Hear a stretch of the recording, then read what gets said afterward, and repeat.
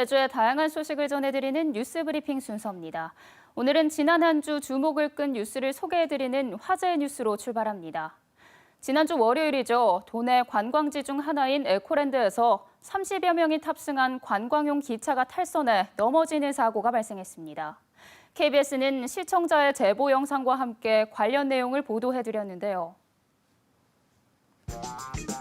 이 사고로 탑승객 37명이 치료를 받았습니다. 소방당국은 내린 비에 철길이 미끄러지며 기차 4칸 가운데 앞쪽 2칸이 넘어진 것으로 보고 있는데요.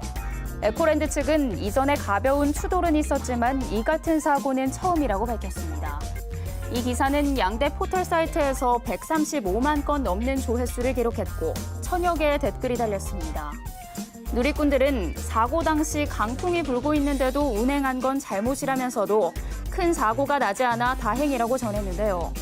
사고와 관련해 경찰은 기관사 A씨를 업무상 과실치상 혐의로 입건해 정확한 사고 원인을 조사하고 있습니다.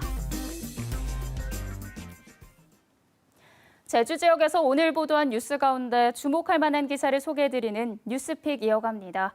오늘 저희가 살펴본 기사는 재민일보 김재현 기자의 실내 마스크 의무화, 아직도 남의 일입니다.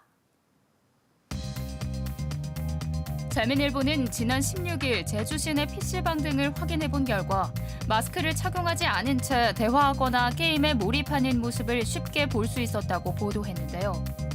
출입문 옆에 입장 전 마스크 착용 필수라는 안내글이 게시돼 있었지만 입장 후 관리는 현실적으로 한계를 드러냈다고 합니다.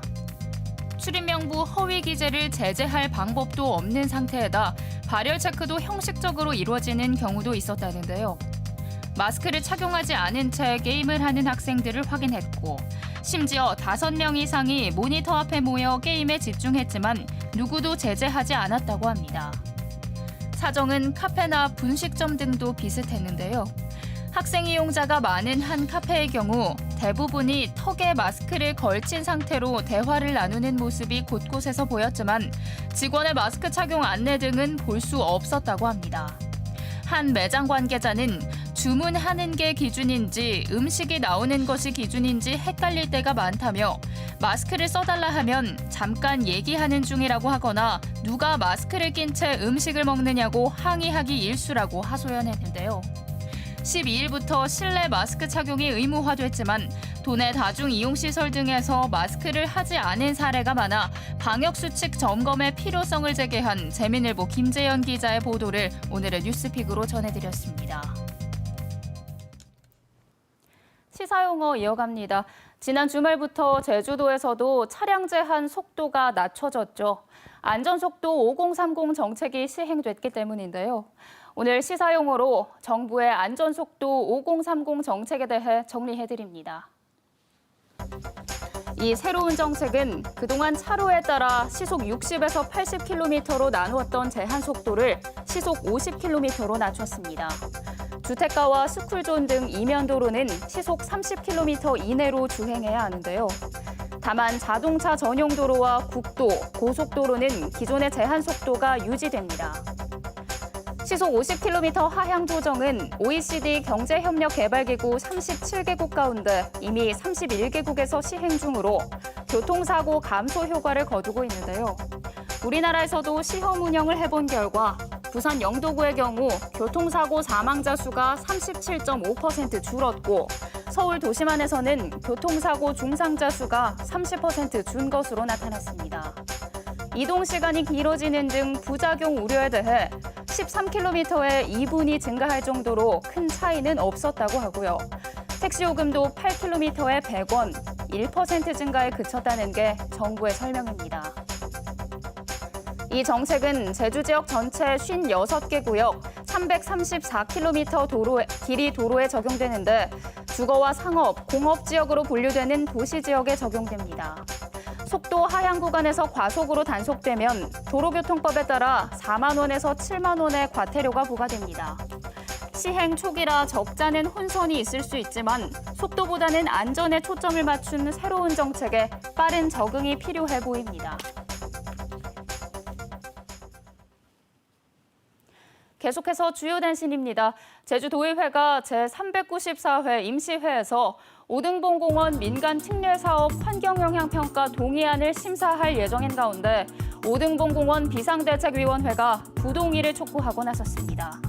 오등봉공원 비대위는 민간 특례 사업은 오등봉과 한천의 경관은 물론 도민들의 한라산 조망권을 잃게 만들 것이라고 주장하면서 마지막으로 제동을 걸 수 있는 곳은 도의회밖에 없다며 도의회가 현명한 판단을 할 것으로 믿는다고 밝혔습니다. LH 직원들의 신도시 부동산 투기로 촉발된 제주 제2공항 토지거래 의혹과 관련해 현역 제주도의원 43명은 위법 사실이 없는 것으로 확인됐습니다. 제주도는 도의회의 자발적 요청에 따라 현역 도의원 43명을 대상으로 이 공항 예정 지역인 성산읍 내 토지 거래를 확인한 결과 한 건도 확인되지 않았다고 밝혔습니다. 앞서 제주도는 제주도 소속 공무원 6,800여 명에 대한 성산읍 부지 거래 내역을 조사해 거래나 증여가 있던 14명의 명단을 감사위원회에 통보했지만 사전 정보를 이용한 투기 등 특이점은 확인되지 않았습니다. 제주에서 3선 국회의원을 지낸 김우남 한국마사 회장이 자신의 측근을 특별 채용하려다 반대한 직원에게 폭언했다는 의혹이 제기돼 청와대 민정수석실이 감찰에 나선 가운데 지난주 피해 직원과 사건 관계자 10여 명에 대해 조사하는 등 감찰이 본격화됐습니다. 한편 한국마사회 내 소수노조인 한우리 노동조합 등은 성명을 통해 김 회장의 사과를 수용한다면서 2014년 이후 직원 채용 전수조사와 정규직 직원 갑질 의혹 조사를 촉구했고 처음 의혹을 제기했던 한국노총 산하 마사회 노조는 김 회장이 자진 사퇴해야 한다는 입장에 변함이 없다고 밝혔습니다.